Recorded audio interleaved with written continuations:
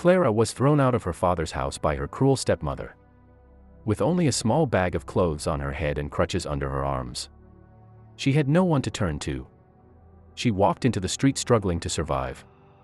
But one day, she met a wealthy CEO who changed her life forever. How did he turn her pain into a story of success? Follow me as we uncover how a disabled young lady rose from the trenches to become an international fashion icon. A journey of love, pain, sacrifice, betrayal, and success. Clara was a bright and cheerful young girl who lived in the busy city of Amansa. Everyone in her neighborhood loved her, and her teachers admired her brilliance and kindness. Her father, Mr. Kingsley, often traveled for work, but always returned with gifts.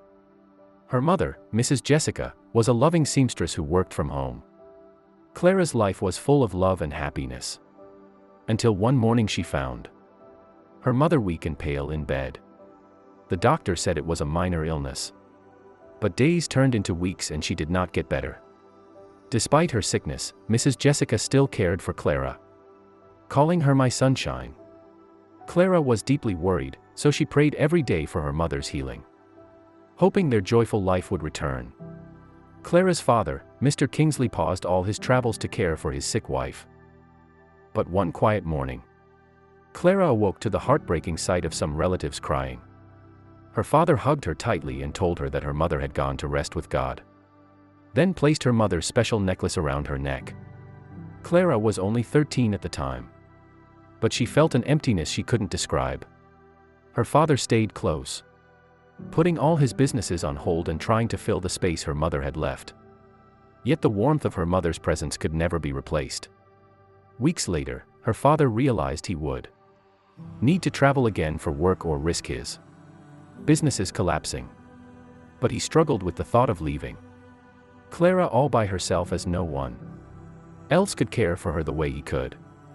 One day, some of his relatives came to visit. While they drank the juice they were offered, they shared their thoughts with him. "We know that no woman can ever take the place of your late wife in your life or in Clara's life. But Clara is still a young girl and she needs a woman's care," one of them said. The others nodded in agreement. "She needs someone to care for her, guide her, and teach her. Especially when you're away. Someone she can turn to when she misses her mother the most," another relative added. Mr. Kingsley listened quietly. He didn't answer right away, but their words stayed heavy in his thoughts. Later that night, as he stood at Clara's doorway watching her sleep peacefully, he thought again about what his relatives had said. He imagined Clara growing up without a woman to teach her the things only a mother could. That night, he decided to act on their advice and find a second wife. Not just any wife, but one who would be suitable for his daughter. 9 months later, during a business meeting near a playground, Mr. Kingsley noticed a beautiful young woman named Melissa joyfully playing with children. Her kindness and warmth toward them caught his attention even more than her beauty. Thinking she could be a good stepmother for Clara, he introduced himself and they soon became friends. Over the following weeks, they met often, sharing stories and laughter. Eventually, Mr. Kingsley introduced Melissa to Clara at her favorite airy. Melissa's gentle approach quickly won Clara's heart, and they began to enjoy each other's company. As time passed, Melissa grew closer to both father and daughter. Mr. Kingsley eventually proposed to her some months later, believing she could bring more love into their home, and she accepted. They married in a joyful ceremony with Clara dressed beautifully and smiling. At first, life seemed perfect with Melissa showing Clara affection and care each day. But after the wedding, Clara noticed Melissa slowly changing. At first, she thought it was just tiredness from all the wedding excitement. Soon, however, Melissa's kindness seemed to vanish. But only when Mr. Kingsley wasn't around. When he was home, Melissa was all smiles, hugging Clara, asking about her day, and serving her generously at dinner. But the moment he traveled for work, her attitude shifted. She stopped laughing with Clara and instead sent her on constant errands, rarely showing gratitude. One afternoon, Clara bought the wrong vegetable. From the market after being sent on an errand by Melissa. That fateful day, she was shocked with a hard slap. The first she had ever received. She was deeply heartbroken, and she cried all night. Clara couldn't tell her father because each time he came back, Melissa would become gentle again, speaking softly, smiling warmly, and even giving her small treats. To Mr. Kingsley, everything looked perfect. But to Clara, it felt like two different worlds. One when her father was home and a completely different one when he was away. Years passed, and one hot afternoon while Clara was studying, Melissa came in with a list and some money, ordering her to go to the market to buy a few things and return quickly. Clara knew that if she came back late, she would face scolding or be denied dinner. Something she had experienced before. She dressed quickly and took a cab, thinking about her late mother's love and how Melissa's kindness before marriage had only been a disguise. At the market, after she finished her shopping, the bus stop was crowded. Fear of Melissa's reaction if she returned late made her choose a motorbike instead of a cab. Even though she disliked motorcycles, she gave the rider directions to her house and they rode off. The journey was smooth at first, but just a few kilometers from home, something unexpected happened. A huge truck came roaring toward them, swerving into their lane to avoid a wide pothole. The motorbike rider jerked violently to the side to avoid it. Everything happened so quickly. Clara tumbled to the ground. Her knees and elbows burned with pain as they scraped against the tread road. By the time it was over, the motorcycle was lying on poor Clara's leg. Clara was frozen in shock as people rushed to help. One person lifted the fallen motorcycle while another helped her sit up. A crowd gathered around. But before anyone could ask what had happened, she fainted. By chance, a neighbor driving home recognized her lying on the road. The neighbor stopped her car, hurried over, and was shocked to see Clara injured. Without wasting time, she pulled out her phone and called Melissa to come to the scene. When Melissa arrived, her face was pale. She knelt beside Clara, speaking in a voice full of worry, tears streaming down her face as though she was truly touched. Clara was rushed to the hospital where the doctors worked quickly. Her father was also informed. She was taken into the theater and surgery was quickly performed on her leg. Hours later, the doctor called Melissa into his office. She will need crutches for movement. I cannot say for sure if she will be able to walk in the future. We can only hope it heals well. But anything is possible with God, the doctor explained. Melissa broke down in fake tears at the doctor's office. But deep in her heart, she wasn't remorseful. She went straight into Clara's ward and sat beside her bed. She looked at her leg wrapped in bandages and smiled to herself. The doctor said, "You may not be able to walk again. You will need crutches," she said without a single iota of empathy and walked out of the ward. Clara's heart sank in her chest. She loved running and playing the game of catch with her friends at school.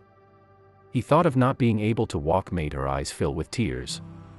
But just when she thought she finally had proof to tell her father all that Melissa had been doing, something strange happened that night at the hospital. When all the nurses had gone and the hospital room was quiet, Melissa stepped into her room again. She leaned closer to Clara. Her voice was low and sharp. "You must not tell your father I sent you to the market when the accident happened," she said firmly and slowly. "If you do, I will make sure you regret it for the rest of your life." Clara's lips trembled, but she nodded silently. Her chest felt heavy, not only from the pain in her legs, but also from the secret she was now forced to keep. It was the only chance she had to reveal Melissa's true nature. Yet, she knew disobeying her stepmother would only bring trouble. With her father away most of the time, there would be no one to shield her from Melissa's anger. The next morning, Mr. Kingsley returned to the city and went straight to the hospital to see his daughter. When he stepped into the ward and saw Clara lying in bed with her legs wrapped in bandages, his eyes widened in shock and tears filled them. "Clara," he exclaimed, his voice breaking as he rushed to her side. "What happened? Why would you be out there when we have cars at home? Who sent you?" he asked. Clara's heart began to race. Melissa's warning echoed in her head, and she felt trapped between fear and telling the truth. Fear gripped her. Suddenly, the door to the ward opened and Melissa stepped in, making it even more difficult for her to speak the truth, even if she wanted to. So, she forced a small smile and said softly, "I just wanted to buy some snacks from the market, Daddy. I didn't want to disturb anyone, so I went on my own." Her father frowned in confusion. "You could have asked Melissa to follow you or sent the gateman. At least you should never go alone," he said. Before he could ask more questions, Melissa stepped forward wearing a look of concern so convincing that even her voice was filled with empathy. "I had no idea she left the house. She must have sneaked out while I was busy in the kitchen. But thank God she didn't lose her life.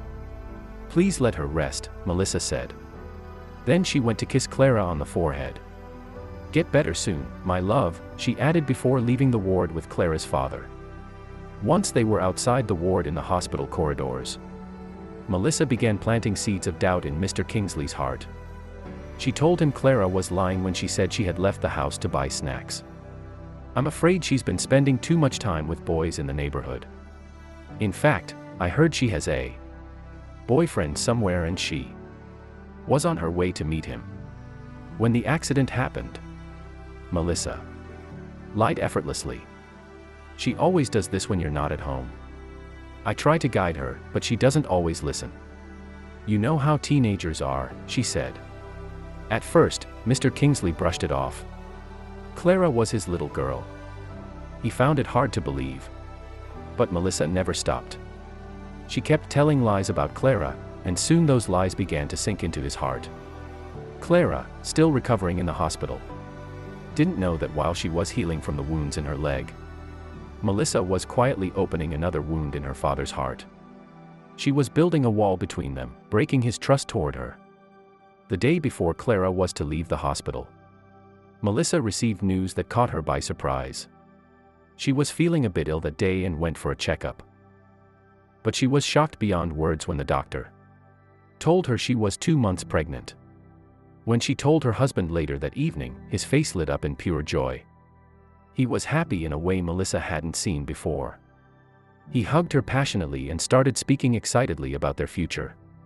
About how wonderful it would be to hold a baby again. Clara would finally have a sibling, he said. But those words made Melissa feel strange. The next morning, Clara was discharged from the hospital.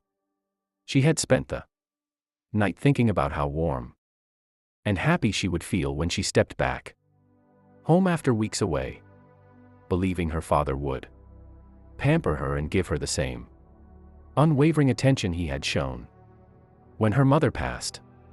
But instead, when she got home, things felt different. Her father was smiling and always happy.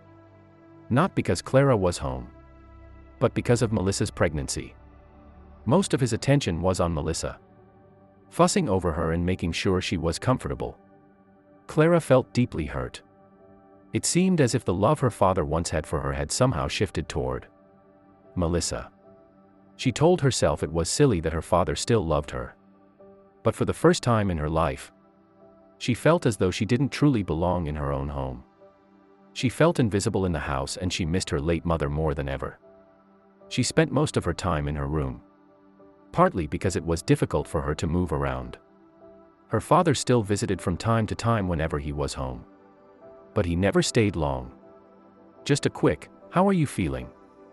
and a kiss on her forehead before heading back to Melissa. He believed with all his heart that Melissa was caring for her well. So he didn't check on her much or notice the pain and loneliness in her eyes. As Clara could no longer run or play like she used to, she began to find joy in something new, sketching. Every day she filled the pages of her drawing book with beautiful ideas for dresses, coats, and gowns. She found happiness in drawing. Even though she couldn't wear or make the clothes herself, her drawing books became her treasures. And sketching helped her forget about the pain and loneliness. As the months passed, Melissa's pregnancy grew. And by the time she was 8 months gone, she began to think about her baby's arrival. Deep inside her heart, a selfish thought began to grow. She didn't want her baby to share any of the love and attention with Clara. So, she decided to get rid of Clara once and for all. One morning, an opportunity presented itself, and Melissa wasted no time grabbing it. Mr. Kingsley received an urgent invitation to attend a business meeting abroad. He told them he would be away for 2 whole weeks. As he left the house that morning, he smiled at Clara and said, "Melissa will take good care of you, my love. Be good, and I'll bring you something special when I return." Clara nodded and hugged him tightly. But deep in her heart, she was scared of what she might face. And true to her fears, the next day, Melissa walked into Clara's room holding an empty purse. Her face was cold as she looked at Clara, who was focused on her drawing book, and demanded, "Where is my money, Clara?" Clara looked up in shock. "I don't know what you mean. I didn't take any money. I've been in my room all day." But Melissa pretended not to believe her. Her voice grew louder. "I know you took it. Don't lie to me," she yelled. She accused Clara again and again. Then, without giving her a chance to defend herself, she gathered Clara's belongings, her clothes, her crutches, and even her precious drawing books, and threw them outside the house, one after the other.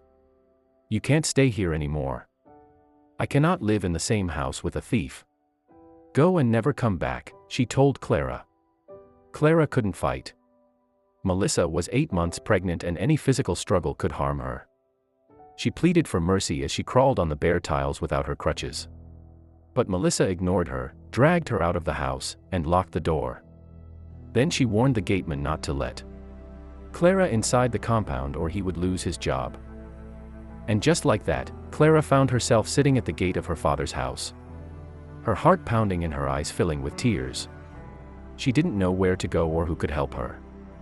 Placing the small backpack on her shoulder and her crutches under her arms, she walked away, leaving everything else behind. Step by step, she made her way down the quiet street on her crutches. She was only 17 years old at the time and didn't know where she was going. But she told herself she just had to keep moving. When her arms grew tired and her legs ached, she spotted a small truck parked by the roadside. At the back was a big wooden table leaning against the side, leaving a little space where she could hide from the cold wind. Clara struggled to climb up onto the low truck and curled up there, hugging her backpack tightly as she drifted off to sleep, whispering to herself, "Tomorrow will be better." The next morning, Clara woke to loud noises. When she opened her eyes, she realized she had slept too long, and she was now in a completely different city. The driver of the truck had moved during the night, and she had been too deeply asleep to notice.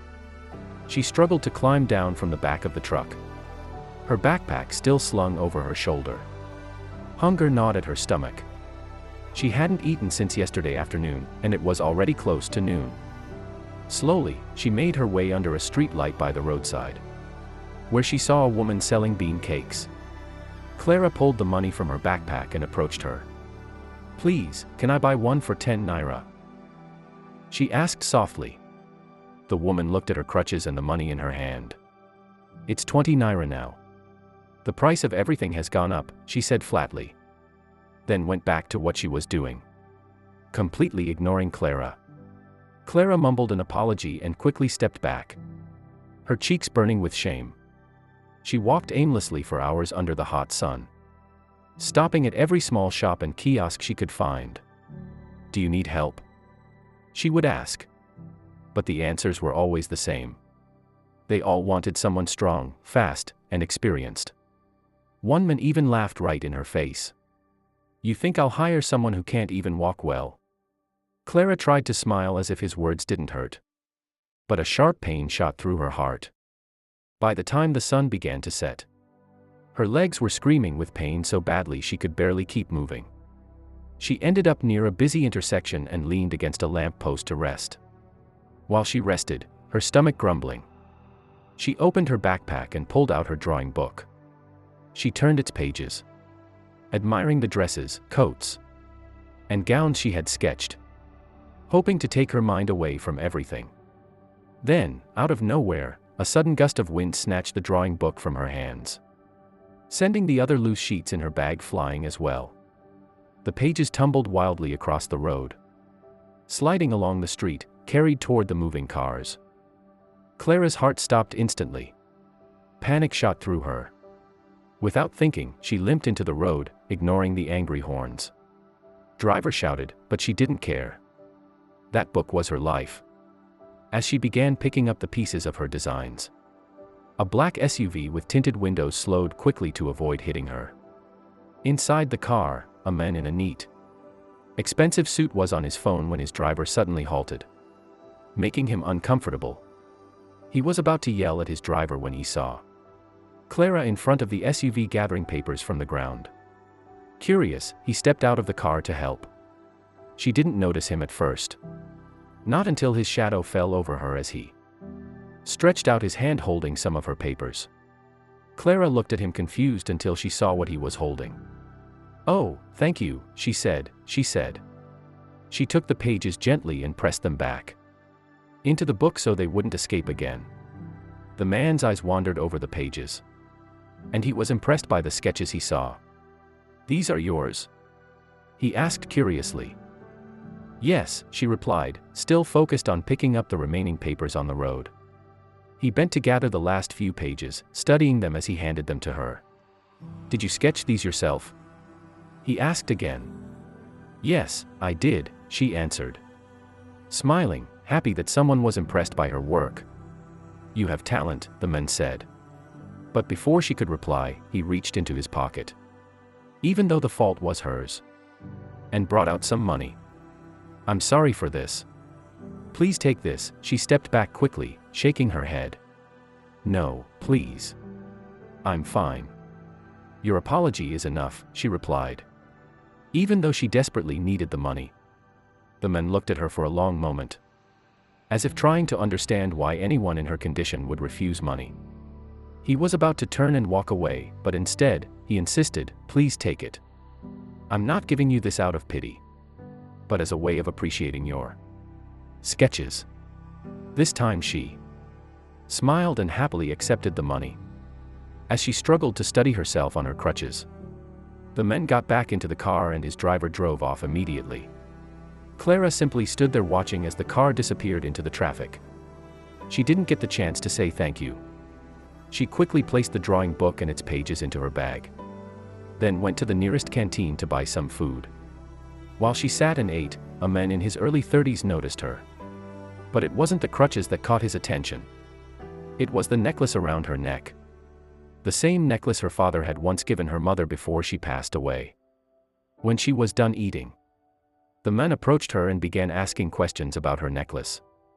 She wanted to ignore him at first until he said he would pay her a lot of money if she agreed to sell it. Clara thought long and hard. It was the only thing she had left of her mother, but she also needed to survive. After a long pause, she decided to sell the necklace. The man waited and handed her a bundle of cash, explaining that the necklace was pure gold. With the money she received, Clara bought some clothes at a nearby thrift store. She spread them out on a mat by the roadside for sale. Faded jeans, t-shirts, and gowns. She sat on a low wooden stool, her crutches leaning against a pole, calling out to passers-by to patronize her. Some days she sold more, other days she sold less. But she was glad to have a source of income. And even though she was by the roadside, Clara never stopped drawing. While waiting for customers, she would open her sketchbook, pick up a pencil, and start creating new designs. It was her way of escaping the noise of the market and the harshness of the world. And it made her feel closer to her late mother. One fateful day, as she sat by the roadside with her merchandise, her whole attention focused on her drawing book, a black SUV passed by again. It was the same SUV that had almost run her over. Inside, a man was seated in the back seat. He looked out through the tinted windows and saw Clara again. He remembered her instantly as the woman who had risked her life for a few pages of sketches. Now she was surrounded by second-hand clothes, yet still lost in her world of designs. Clara didn't notice him at all. The man thought about stopping, about rolling down the window to say something. But instead he sat quietly and watched her as his driver kept the car moving with the flow of traffic until she was out of sight. The man in the black SUV was Mr. Adrian Cole, a young billionaire at just 24 years old. Everyone in the world of fashion knew his name. His face appeared in fashion magazines and journals all over the world. He was the wealthy owner of the renowned fashion empire Cola L'Atelier, with major boutiques in Lagos, Dubai and Paris. His designs were celebrated internationally, and even queens and princesses wore his gowns. People loved his work and treasured his creations. But there was something else about Adrian. Something only the people who worked with him really knew. Adrian was obsessed with perfection. He didn't settle for less. When Adrian got to the office that day after seeing Clara by the roadside again, he sat at the head of a long table. That same morning, his designers had flown in from all parts of the world to be there with him for a presentation. The World Fashion Show is in 6 weeks, Adrian announced as he leaned back in his chair. And I want something that will make Paris stop breathing for 5 minutes. I don't want beautiful or nice. I want magic. Everyone in that building knew that the World Fashion Show was the biggest event of the year. It was the kind of show that could make a designer's career or break it completely. The world's cameras would be there, and so would the most important buyers. The designers all nodded eagerly and began presenting their ideas one by one. But as each one showed him their best, he wasn't impressed. He watched patiently until the last designer revealed their sketch. Still, not one of them caught Adrian's interest. He stood up, buttoned his shirt, and told them, "We will meet again next week. When you come back, bring me something I've never seen before. Something the world has never seen before." The designers quickly gathered their papers and filed out of the room. None of them could argue. They knew better than to try. When Adrian was all alone again, he stood by the tall glass windows and looked out into the city. But he wasn't really seeing it. His mind was far away, thinking about Clara, the young woman on crutches, her eyes bright with quiet determination, risking her life to pick up her sketch papers as if they were priceless. He remembered seeing those sketches and how amazed he had been by their beauty. He had only looked at them for a minute, yet they had stayed with him. As the hours went by, Adrian couldn't stop thinking about Clara's sketches. The designs kept flashing in his mind, haunting him like a dream he couldn't let go of. He found himself distracted during phone calls and meetings, seeing Clara's pencil strokes in his mind again and again, imagining them in silk, visualizing how they would look once brought to life. By the end of the day, Adrian couldn't resist himself any longer. She might hold the design that will leave Paris breathless this year, he told himself. And so, he decided. He was going to find Clara and employ him in his company with a proposal she wouldn't refuse. Meanwhile, back in Clara's home, her father, Mr. Kingsley, had returned from his business meeting abroad. He came back with the kind of happiness only a man who had worked hard for his family could feel. His suitcase was heavy with gifts for Melissa and for his daughter, Clara. The moment he stepped into the living room, Melissa welcomed him with open arms and a smile. "Welcome home, darling," she said, pecking his cheek. But when she saw him heading toward Clara's room, she stopped him and politely asked him to sit down. The smile on her face faded, replaced by a look of sadness. "There is something I want to tell you, sweetie," she said in a sad voice. Mr. Kingsley looked at her curiously. "What happened?" he asked, worried. Melissa hesitated for a moment, as if searching for the right words. When she finally spoke, her voice was careful. "It's about Clara," she said at last. Kingsley's whole body tensed instantly. "Is she all right?" Melissa gave a deep, heavy sigh that made Kingsley's chest feel tighter. Then she placed her hand on his and began. "Darling, while you were away, I tried so hard to guide her, to make her a responsible young woman. But she has been difficult, very difficult. One day, she said something so rude to me. So disrespectful, I could hardly believe it came from her. So I scolded her gently. I just wanted her to understand that her words were wrong. But instead of apologizing, she stormed out of the house. Kingsley's eyes widened with surprise. "Stormed out?" he asked. "Yes," Melissa answered. "I thought she would cool off and come back after a few hours. But she never returned. I waited for 2 days, but she didn't return. I was so worried. But what could I do? She is no longer a child, Kingsley.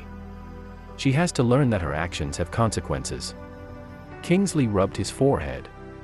The image of Clara leaving without a word troubled him deeply. Why would she do that?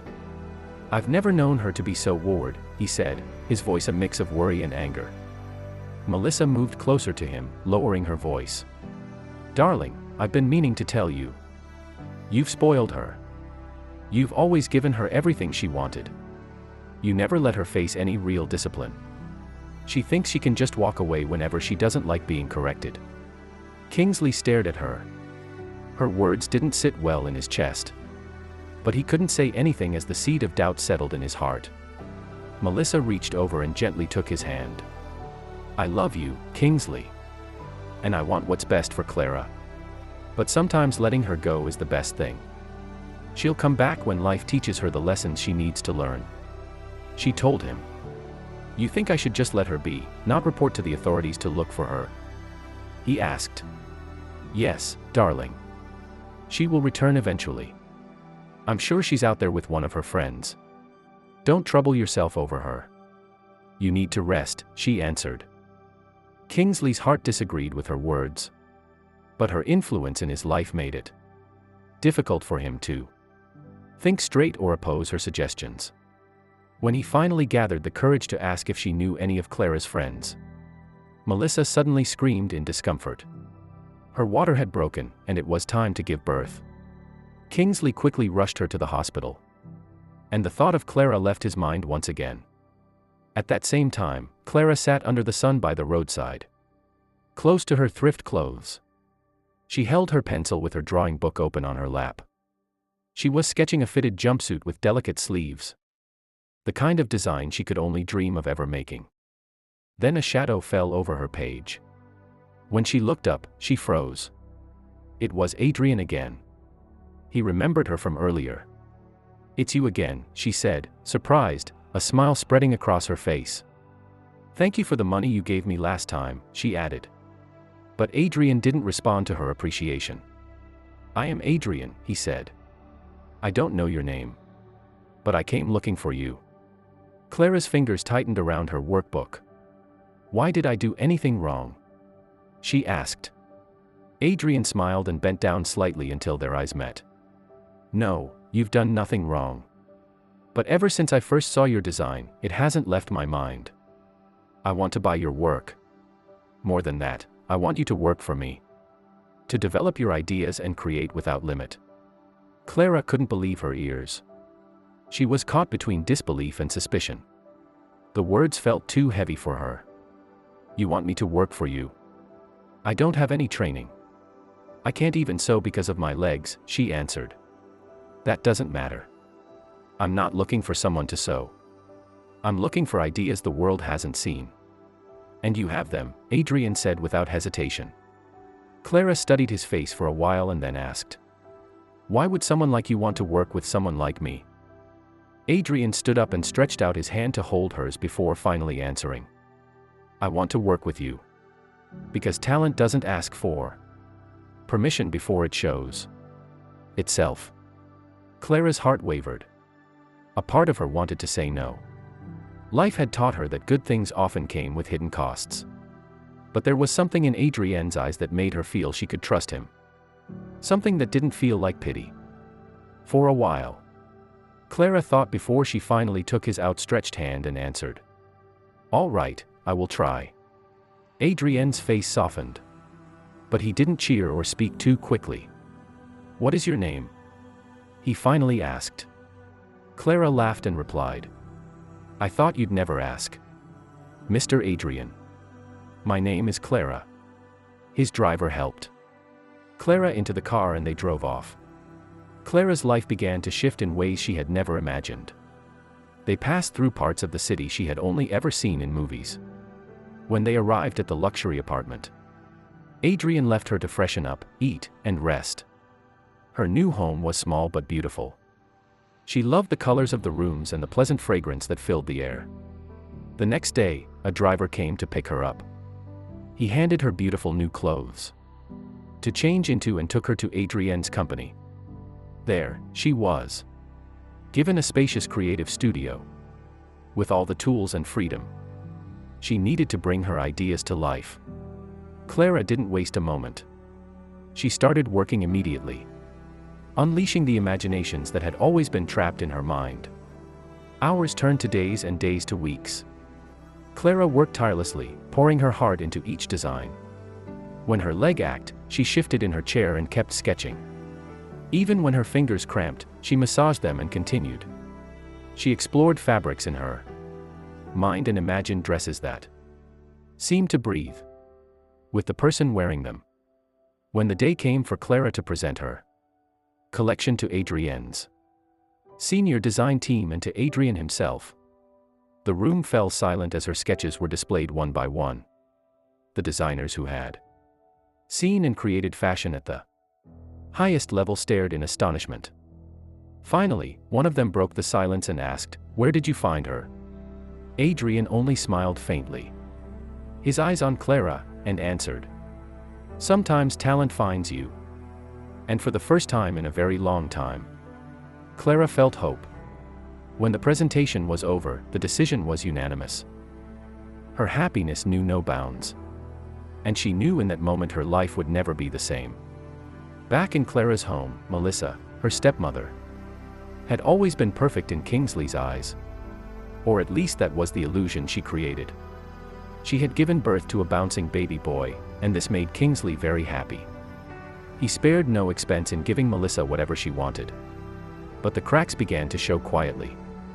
At first, it was small things. Melissa began keeping her phone close, as if it were more precious than gold. She would step out of the room to answer calls.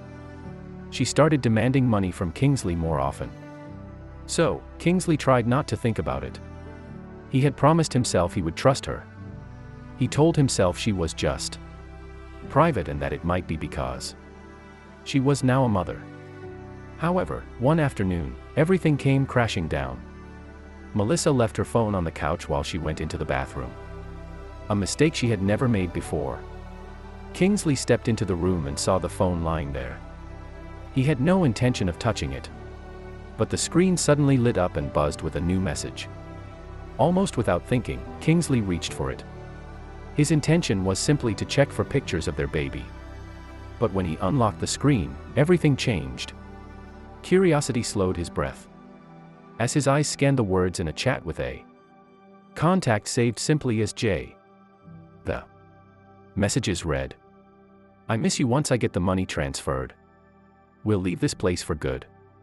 He suspects nothing. I'll make sure the boy has your name on his birth certificate. Start looking for houses in Cape Town." Kingsley's fingers trembled as he scrolled down, each message cutting deeper. He saw photos, the kind that left no doubt. He listened to voice notes filled with the kind of laughter he hadn't heard from her in months. He sank onto the edge of the couch, his heart pounding like a drum. Suddenly, Melissa stepped out of the bathroom, humming a soft tune and drying her hair with a towel. She froze the moment she saw him holding her phone. She recognized the look of disappointment and heartbreak on his face. But instead of fear or remorse, she simply smiled and said, "Well, I guess you found out." Kingsley couldn't believe his ears. His lips trembled as he opened his mouth to ask, "Melissa, the baby, is he mine?" But she laughed out loud and said, "Do you really want me to answer that?" It felt like the air had been sucked out of the room. His chest ached and his knees weakened. It wasn't just betrayal. It was the tearing apart of everything he had hoped for. He didn't sleep that night. And the next morning, he quietly started the divorce process. He didn't plead. He simply asked her to leave. Melissa didn't cry or even try to change his mind. But after the court hearing and judgment, Melissa didn't leave empty-handed. The court awarded her 30% of everything Kingsley had, including his house and custody of the child that was never his to begin with. That morning, as Kingsley moved out of the house he had built with his hard-earned money, he thought of his late wife and then his beautiful daughter, Clara. He entered Clara's room and found her diary hidden underneath her cupboard. Sitting on her bed, he opened it. It was then he realized he had believed the words of a complete stranger, when he should have been there for his daughter, when he should have gone in search of his only child. Kingsley rented a small apartment, then left everything behind to search for Clara. He went to the old neighborhood where she used to play. He asked neighbors if they had seen her. He walked through the market hoping someone had information about her. Days turned to weeks, but he didn't stop. He knew it wouldn't be easy, but no matter how long it took, he would never stop searching. The voice of the presenter on fashion TV spoke about the World Fashion Show and fresh talent making waves. Kingsley kept marking a map on the paper in front of him, until he heard a name that froze his hand midair. And now, a breathtaking collection from a new designer whose story has captured hearts. Clara Kingsley. The pen slipped from his grip as the camera shifted to the stage. For a moment, he thought his eyes were playing tricks on him. Or maybe he hadn't heard the name correctly. But his doubts vanished when he saw Clara in the flesh, walking down the runway with both legs, wearing a beautiful gown and a radiant smile. Kingsley stood up in front of the television. She's walking. How? He asked himself, filled with shock and disbelief. The audience clapped wildly as models showcased the most exquisite dresses Clara had designed. His hand trembled as he reached for the remote and turned up the volume. Tears filled his eyes as the memories came flooding back. His heart swelled with pride, but was also heavy with shame and regret. His daughter had done it all without him. The host's voice continued in the background. She was discovered by billionaire fashion mogul Adrian Cole, who believed in her talent and invested in her work.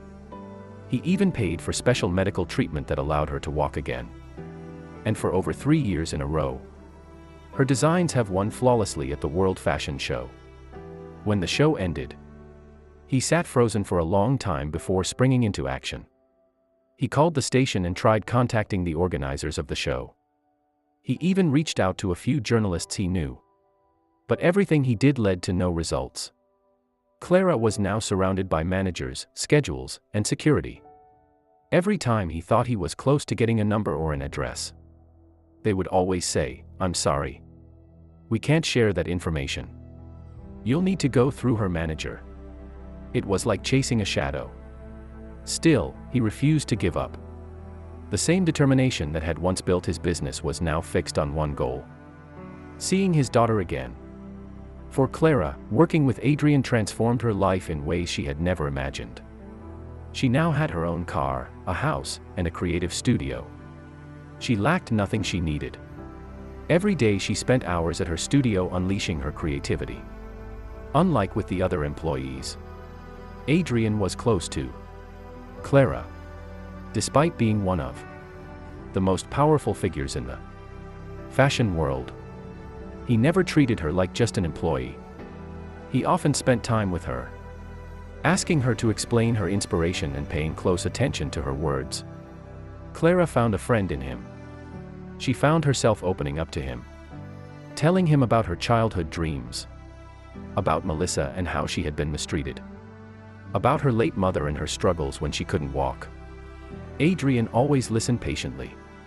Sometimes he would smile and look at her with admiration. To him, Clara wasn't only talented, she was incredibly brave. And that bravery made Adrian see her in a different way. As the years rolled by, Clara's designs went viral. Celebrities wore them, and the media couldn't stop talking about her.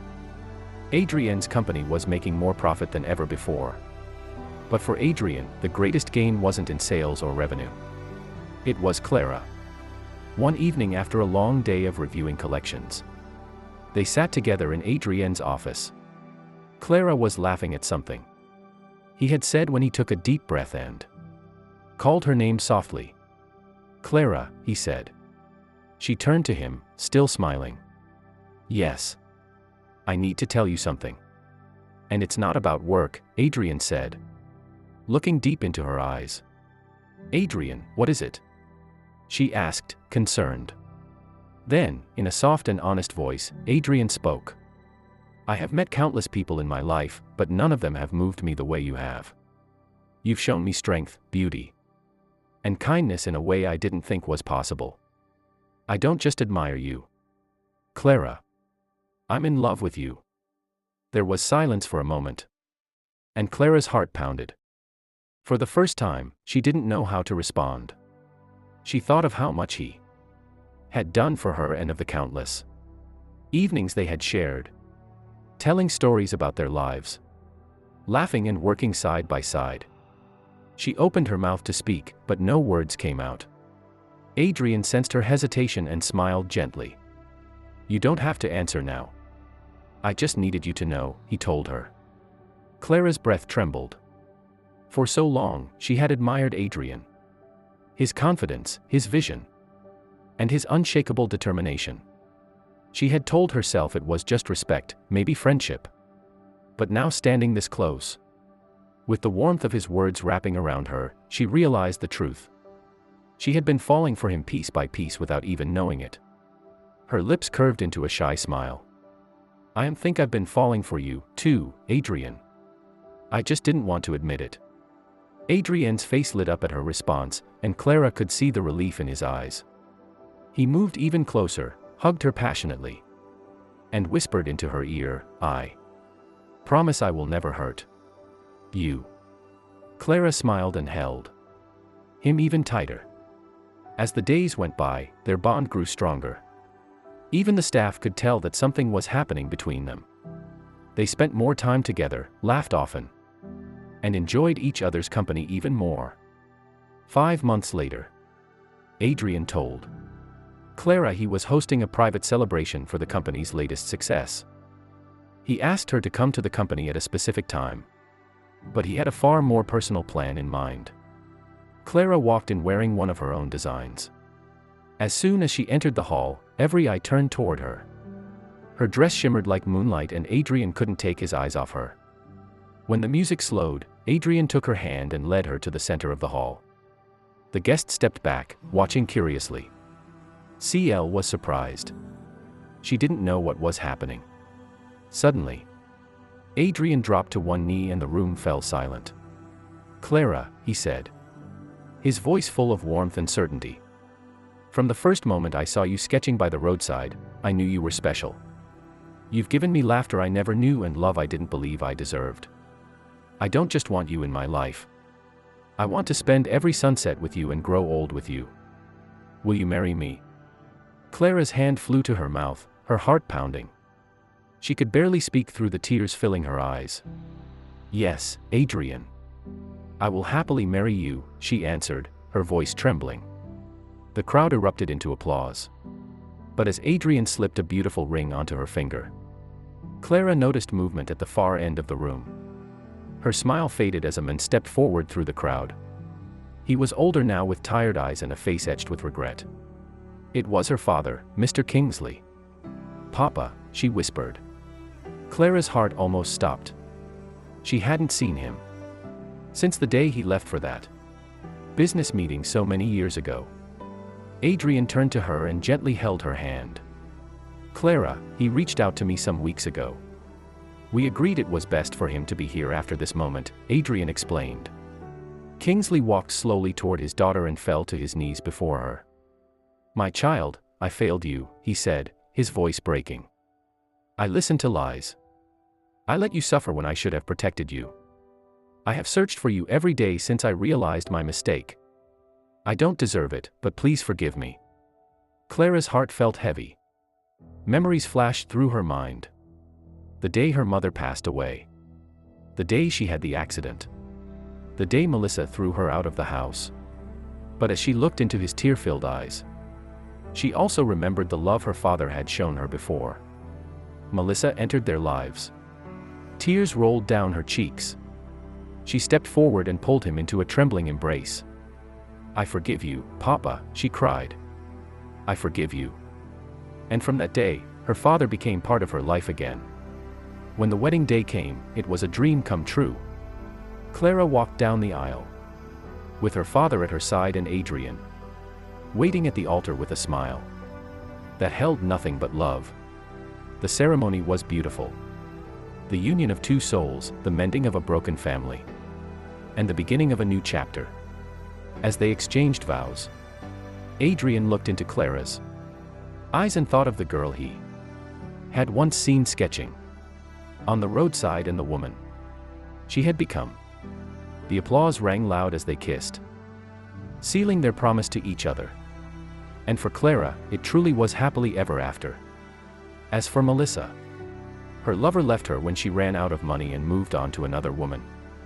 She spent the rest of her life struggling to raise her son alone. Kindness can change destinies. A single act of compassion can open doors to life-changing opportunities. Never underestimate your dreams.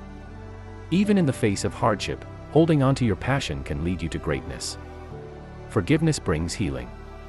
Letting go of resentment can restore broken relationships and bring peace. Not everyone can be trusted. Some people pretend to be in your life only to destroy what you've built. A closing message for audience. What lesson did this story leave with you? I'd love to hear your thoughts. Share them in the comments. And here's some exciting news. A brand new heart-stirring story is coming your way in just a few days. Make sure you're subscribed and have your notification bell turned on so you won't miss it. If this story touched your heart, please give it a like and share it with someone who needs the inspiration. Thank you for watching and for being part of this journey.